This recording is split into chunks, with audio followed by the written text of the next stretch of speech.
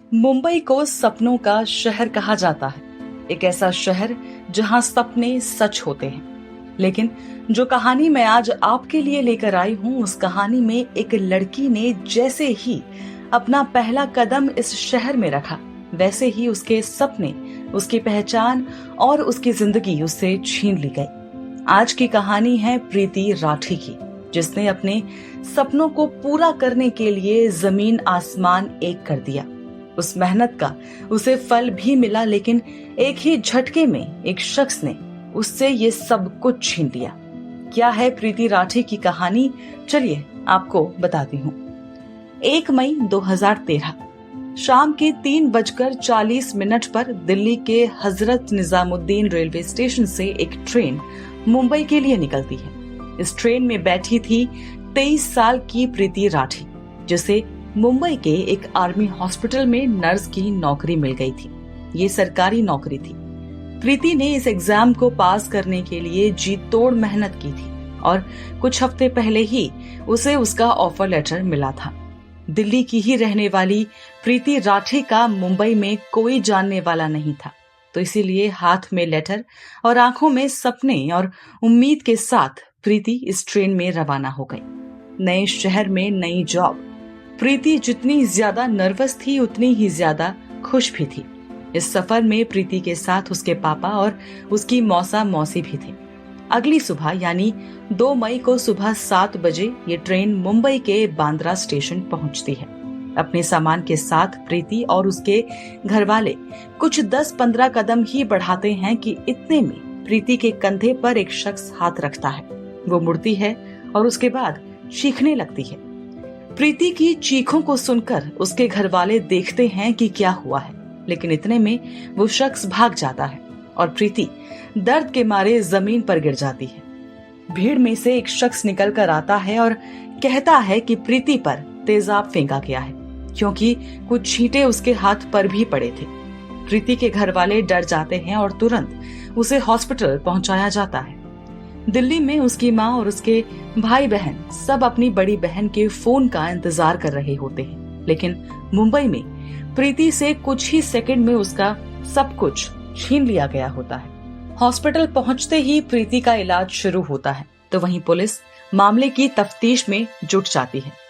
Acid case था, तो police को लग रहा था कि हो ना हो ये एक तरफा प्यार में किया गया कांड है, क्योंकि इससे पहले और इसके बाद भी अक्सर जितने ऐसे केस सामने आए वो सभी एक तरफा प्यार और रिजेक्शन से जुड़े होते थे। तो मामला सामने आते ही पुलिस प्रीति के पिता से पूछताछ करती है और जानने की कोशिश करती है कि क्या कोई ऐसा लड़का था, प्रीति का कोई दोस्त या फिर उसका जानने वाला ऐसा कोई शख्स। प्रीति के पिता ने ऐसी किसी भी चीज के लिए मना किया। सोचिए, जो पिता अपनी बेटी को उसके सपनों के शहर छोड़ने आया हो और वो अब एक अनजान शहर में हॉस्पिटल में बैठा, उस पर क्या बीत रही होगी। लेकिन बावजूद इसके उन्होंने पुलिस को हर वो चीज बताई जो उन्हें मालूम थी। लेकिन यहाँ किसी सिरफिरे आशिक का एंगल नहीं निकल पा रहा था। पुलिस ने इस थ्योरी पर काम करते रहने का सोचा, क्योंकि किसी अनजान लड़की पर कोई भी शख्स ऐसे ही तो हमला नहीं करेगा। पुलिस ने रेलवे स्टेशन से सीसीटीवी फुटेज निकलवाया, लेकिन वहां से भी कुछ भी पता नहीं चल सका। इस शख्स ने मुंह पर कपड़ा बांधा हुआ था और एक कैमरे के सिवाय इसे किसी भी और कैमरे ने कैप्चर नहीं किया था। छानबीन जारी थी कि दूसरी तरफ दिल्ली में बैठे प्रीति के परिवार को न्यूज चैनल से पता चला कि उनकी बेटी के साथ क्या हो गया है। वो बुरी तरह टूट गए। इधर मुंबई में पता चला कि प्रीति का शरीर करीब 20% जल गया था। उसकी एक आंख पूरी तरह से खराब हो गई थी। डॉक्टर्स का कहना था कि क्योंकि उसने गलती से उस एसिड को निगल भी लिया था, तो उसका गला और लंग्स बुरी तरह से खराब हो गए थे। अब दिल्ली में खबर मिलते ही प्रीति की माँ और उसके बहनें भी मुंबई पहुंच गए। पुलिस को कहीं से कोई लीड नहीं मिल रही थी। प्रीति का फोन खंगाला जा चुका था। दिल्ली में उसके सभी दोस्तों से, पड़ोसियों से बात की जा चुकी थी, लेकिन ऐसा कुछ नहीं मिल रहा था जिससे केस आगे बढ़ सके। तो अब आखिरी रास्ता खुद प्रीति थी। बात करने के लिए हॉस्पिटल पहुंची और साथ साथ सीसीटीवी फुटेज की मदद से इस शख्स का एक रफ स्केच भी तैयार करवा लिया। प्रीति बोल नहीं सकती थी, लेकिन लिखकर बात कर पा रही थी। पुलिस ने उसे स्केच दिखाया और प्रीति ने 3 लड़कों के नाम पुलिस को दिए जिन पर उसे शक था।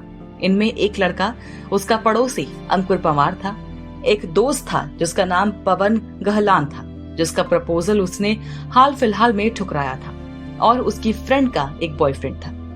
पुलिस ने अंकुर से पूछताछ शुरू की। उसने बताया कि जिस दिन ये वारदात हुई वो इंटरव्यू के लिए गया हुआ था। वहीं उसके फ्रेंड के बॉयफ्रेंड का भी एक सेमिनार में गया हुआ था।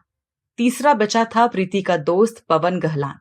पवन और प्रीति की फैमिली एक दूसरे को जानती थी, तो जैसे ही पवन को कस्टडी में लेने की बात उन्हें पता चली, उन्होंने खुद कहा कि ऐसा हो ही नहीं सकता है और शायद पुलिस से ही कोई गलती हुई है। केस की जांच आगे बढ़ रही थी, लेकिन प्रीति की हालत दिन पर दिन खराब होती जा रही थी और खुद पर हुए इस हमले के ठीक 1 महीने बाद यानी 1 जून 2013 को प्रीति ने दम तोड़ दिया। उसकी पहचान, उसके सपनों सब पर तेजाब फेंक दिया गया था और लाख कोशिशों के बावजूद भी प्रीति को नहीं बचाया जा सका। पुलिस ने इन्वेस्टिगेशन तेज की क्योंकि अब प्रेशर बढ़ गया था। पवन हिरासत में था, लेकिन उसके खिलाफ एक भी सबूत नहीं था, तो पुलिस ने नए सिरे से जांच शुरू की और एक बार फिर बाकी दोनों लड़कों से भी पूछताछ की गई। लेकिन इसी बीच मामला क्राइम ब्रांच को ट्रांसफर कर दिया गया।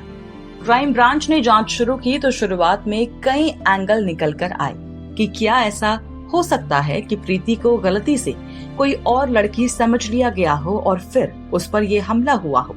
मिस्टेकन आइडेंटिटी का एंगल निकाला जा रहा था।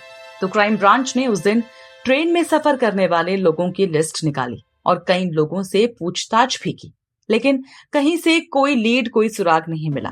क्राइम ब्रांच ने फिर से प्रीति के घर वालों से बात की। उनसे पूछा कि प्रीति की ज्वाइनिंग में 10-15 दिन का टाइम था। ऐसे में उनके इस पूरे ट्रैवल प्लान के बारे में आखिर किस किस को पता था। घर वालों का कहना था कि पवन यानी प्रीति का दोस्त और जो उसकी दोस्त का बॉयफ्रेंड था, उनको ये सब कुछ पता होना नामुमकिन सा था, लेकिन उनके पड़ोसियों को सब कुछ पता था। ये पड़ोसी और कोई नहीं बल्कि अंकुर पंवार के घर वाले थे। दोनों परिवार आपस में मिलजुल कर रहा करते थे और ऐसे में दोनों परिवारों को एक दूसरे के घर की ज्यादातर जानकारी रहा ही करती थी। एक चीज ये भी थी कि पुलिस बाकी 2 लड़कों से अच्छे से पूछताछ कर चुकी थी जिनके नाम प्रीति ने लिखे थे, लेकिन इस अंकुर से सही से पूछताछ नहीं हुई थी। तो अब क्राइम ब्रांच ने अंकुर पंवार को हिरासत में लिया। उसने कहा कि वो उस दिन इंटरव्यू देने शहर से बाहर गया था, तो पुलिस ने उसकी बताई कंपनीज में क्रॉस चेक किया। पता चला कि इन कंपनीज में तो कोई भी अंकुर पंवार का लड़का इंटरव्यू देने पहुंचा ही नहीं था। यहाँ एक और चीज अजीब थी। पवन के हाथ पर जले हुए के निशान थे और वो निशान चोट के से नहीं थे, वो निशान कुछ एसिड के से थे। क्राइम ब्रांच ने इन सब को लेकर भी पवन से पूछताछ की कि आखिर ये निशान कहाँ से आए, आखिर उसने इंटरव्यूज को लेकर झूठ क्यों कहा। तो पहले तो इस शख्स ने यहाँ वहाँ की बातें की, लेकिन जल्द ही उसके हर झूठ का पर्दाफाश हो गया। दोनों परिवारों को समझ नहीं आ रहा था कि उसने ऐसा क्यों किया, क्योंकि वो तो प्रीति से बात तक नहीं करता था। तो इसका जवाब सिर्फ और सिर्फ अंकुर ही दे सकता था।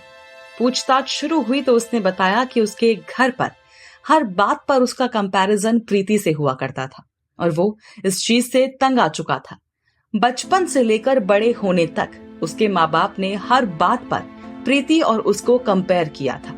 अंकुर ने कहा कि मेहनत वो भी करता था, लेकिन कामयाबी सिर्फ प्रीति को ही मिलती थी और धीरे धीरे उसे प्रीति को देखकर जलन होने लगी और उसकी तरक्की पर गुस्सा आने लगा।